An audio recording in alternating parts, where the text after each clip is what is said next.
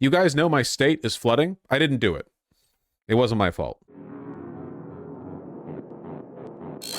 Monitoring a dangerous situation developing in Washington state. At least 6 rivers are hitting major flood stage this morning. That is the most severe level of flooding, and the water is still rising.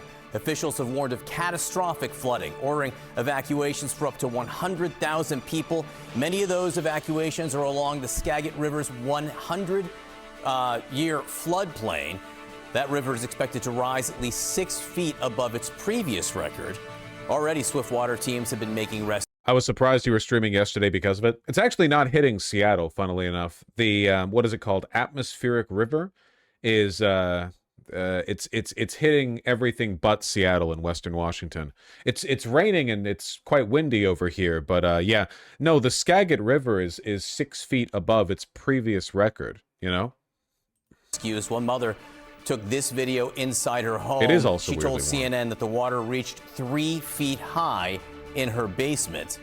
And on the roads, high water, mud and debris, all blocking traffic and shutting down roads statewide. Washington State Patrol has urged drivers not to try to drive through the high water. They posted this message: you drive a car, not a boat. That's Let's get true. right to CDN meteorologist Allison You don't know Chinchar me, though. for the very latest on this situation, which seems to be getting worse at this point, Allison. Yeah, and that's typically what happens with river flooding because it's more of a delayed effect. You can see the video here next to me. This kind of showing how they are trying to reinforce one of those flood walls that are there, the barrier that is meant to protect the communities around the river. Again, just trying to reinforce it and make sure This one seems special considering 100,000 evacuated this time. Well, the flooding for the Skagit River being 6 feet above its previous record, 6 feet, yeah, it's pretty special. holds and does its job as those rivers are expected to rise around this community. But Fosh, the real do question is, okay, something. but how high are the rivers forecast to actually get in these areas? Well, we take a look at the Skagit River specifically because that is forecast to get up to record levels. The forecast crest 41 feet, more than 41 feet. You can kind of see that peaking right there on that map. Skagit the previous River, record Skagit, level was Skagit, not 37 Skagit. feet. Yeah, so yeah, we're yeah. not just talking a little bit above. You're talking significantly above where even the previous record was met, and flood stage alone begins at just 28 feet. And that's when you start to see some problems where water intrusion starts to happen in some of the surrounding areas. It's not the only one, though. It's one of several. Yeah, there you can see where the river falls. All the purple dots here are the major flood risk. And yeah, Seattle's fine. Seattle's where it's hard for me to tell this zoomed out. That's Olympia right there. Seattle's hereabouts, but on the Puget Sound, it's fine, you know? Because of the force field, yeah? Yeah, because the force field that we set up around Seattle. These dots here indicating a river gauge that is set to be at either minor, moderate, or major flood stage over the next several days. And keep in mind, some of these are not forecast to crest for several more days because you have to wait for all of that runoff to come down from the rain to eventually flow back into a lot of these rivers, creeks, and streams. Now, it is still raining across much of this area, so that's going to add to it. So it's not just the runoff from the previous days, but we're also adding new rain on top of it for these areas. That's why you have the flood watches in effect around Seattle, Tacoma. I guess it's only fair that we get a little bit of this because, as everyone knows, we don't get hurricanes over on the West Coast, right? The East Coast gets bombarded, New York gets flooded, Florida disappears, etc., North Carolina, whatever. But we don't really get that, so I guess it's only fair that every once in a while we get hit with some catastrophic flooding, you know? Much of the Pacific Northwest, but also downstream. So you also have some of these in effect for portions of Idaho and Montana as that system continues to progress eastward.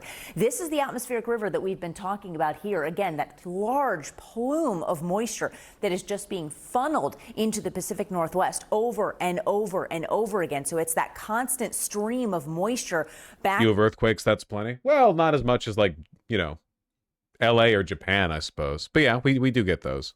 First, let's get an update on this rain that really has been hovering over us for the past few days, Rich. It has. Well, it's actually dried to the north of Everett, but the front stalled there, so it's not helping us as you get farther to the south. Still seeing moderate to heavy rainfall there out towards the Cascades and over parts of King, Pierce, and Snohomish counties. The Weather Service issued a urban flood advisory out until 11:30 today for possible local flooding because of just excessive. I'm in Cali, so we get wildfires. Well, believe it or not, we get plenty of those over here, too. Washington is not that cold.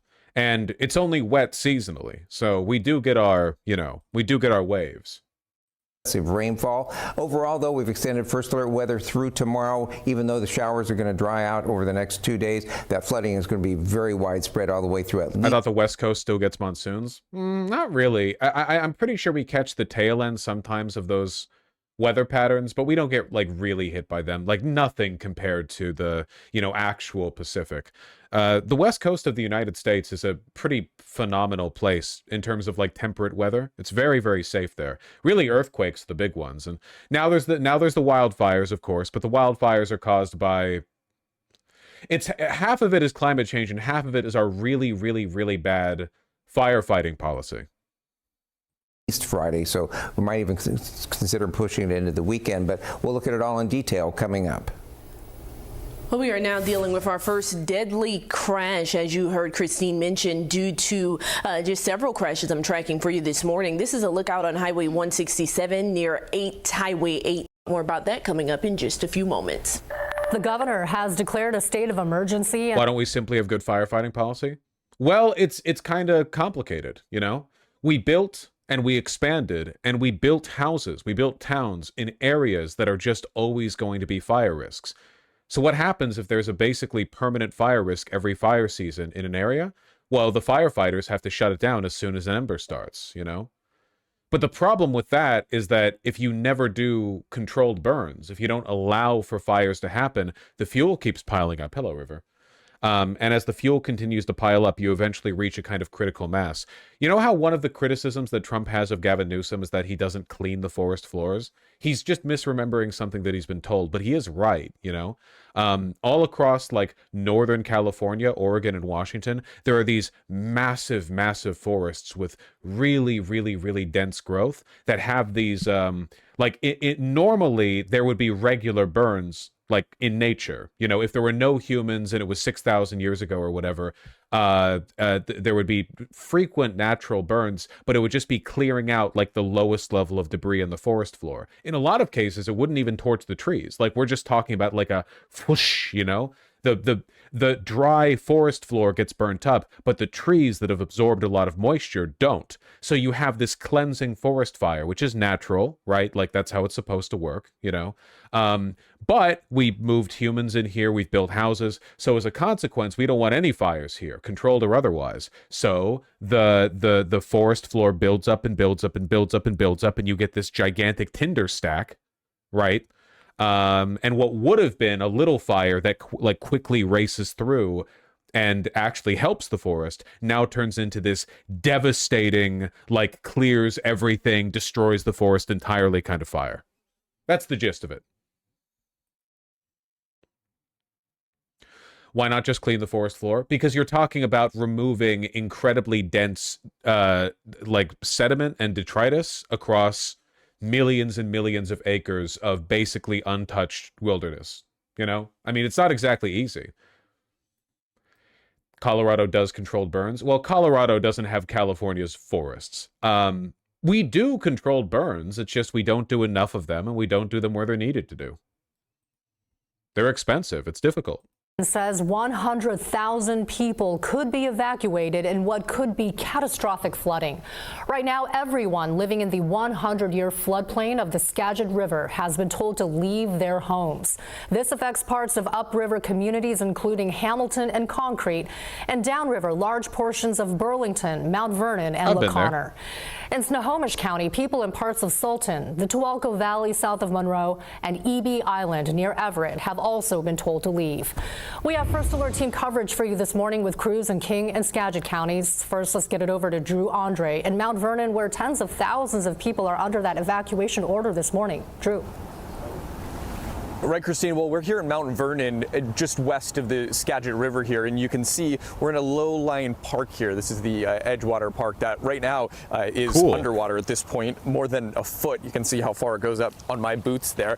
And crews are prepared for this. You can see right over at the edge of the park line there, they've put a little blockade up, and the expectation is the levels could potentially rise to that point. That is what everyone is preparing for. As you walk around Mount Vernon, the downtown area and the businesses, they've all prepared with sandbags, and many have boarded up windows too. Now, right across the bridge here and across the river, that is where there is the flood wall, which you're taking a look at right now. That flood wall was just built in 2018, 2019. So it is, and this is the owners and volunteers spent the day boarding up and piling sandbags. And here's in North Bend, and he's never the high water level. Down in North Bend because of a landslide. Shown in red have now canceled all classes. Rains this morning, plus all the water that's standing around already is causing some localized flooding in there on through about 11:30. This morning, tons of road closures. Surely this will be fixed by FEMA. They might have to come in, but I'm not entirely sure. I don't know if there have been any deaths yet, actually.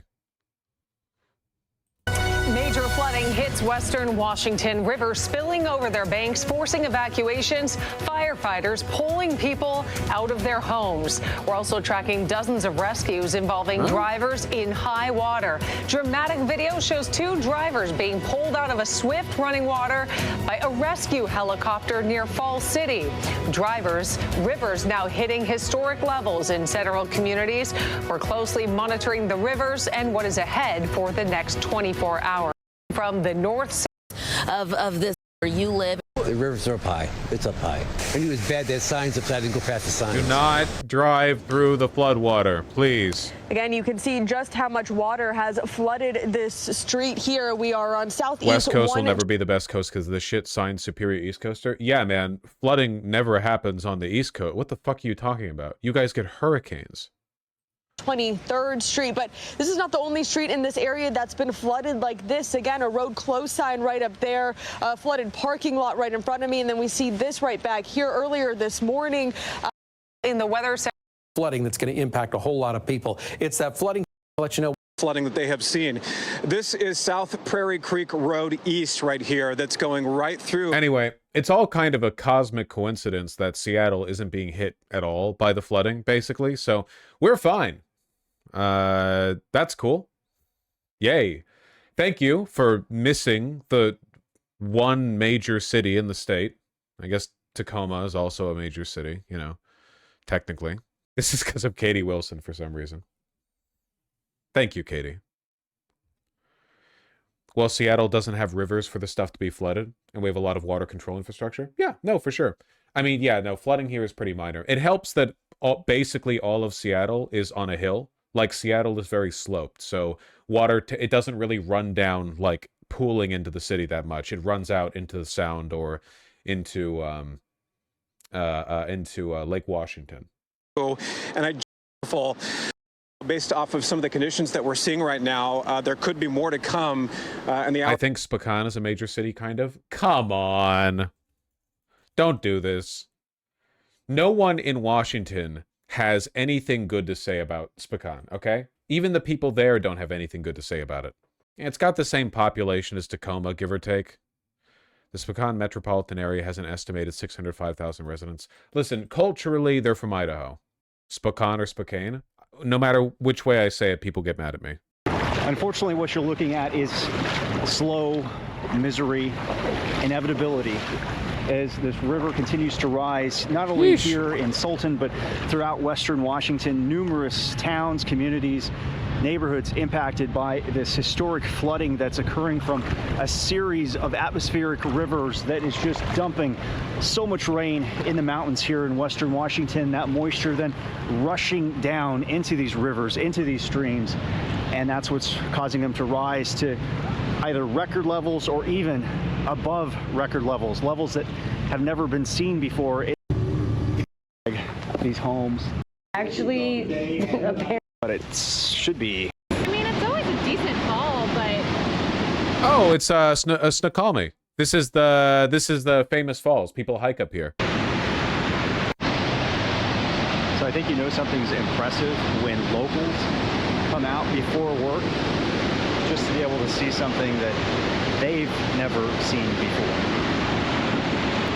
Well, I live in the area, and I wanted to see if it's the biggest I've ever seen it, and it is. I mean, it's always a decent fall, but it's just not like this. I don't know. It's probably like. We'll call some Petramala. My last. All right. Well, my state flooding aside, fun as that subject is, can you show what it normally looks like? Yeah, just Google it. Just Google it.